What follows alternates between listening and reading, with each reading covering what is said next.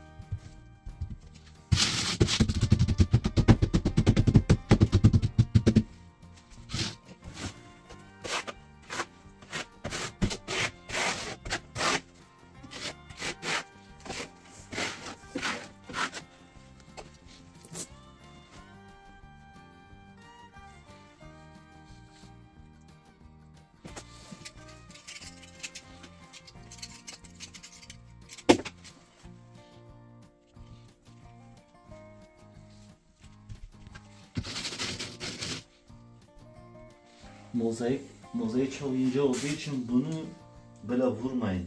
Hani çoğu zaten ince. Hani şöyle şuraya yapın. Üstüne sadece şöyle gezdirin.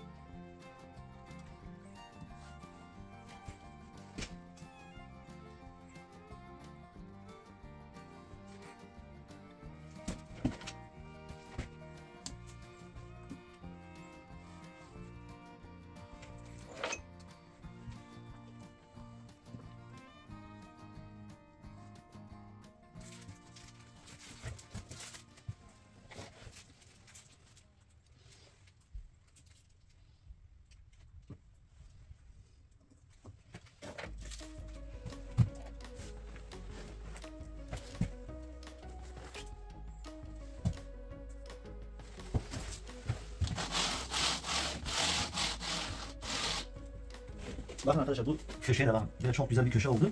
Ve derzi verdiğimiz zaman Yani böyle minik hatalar falan olursa da o derz onları kapatacak. Ama şu şey görüyorsun bak şu şekil köşe çok güzel oldu. Bir de sana şöyle bir göstereyim. Şimdi bu böyle gelecek.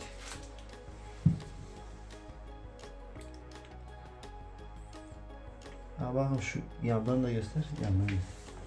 Bakın hem şöyle derz oldu. Bir de şöyle yandan derz olacak.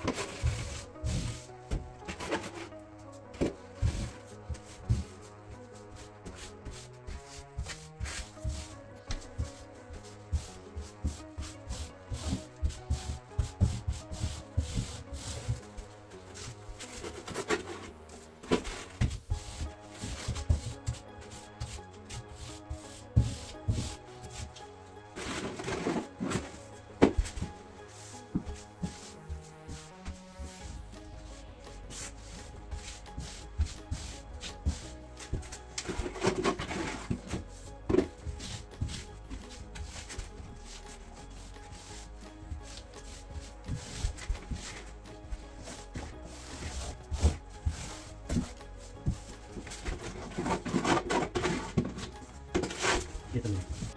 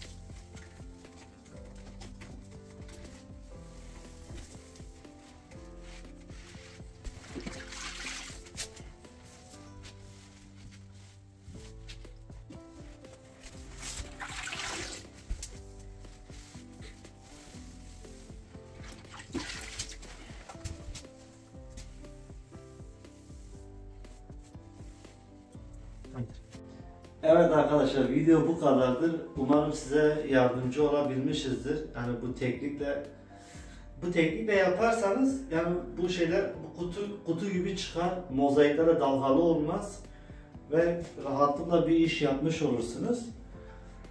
Lütfen kanala abone olmayı, like atmayı hiç unutmayın. Herkes Allah'a emanet.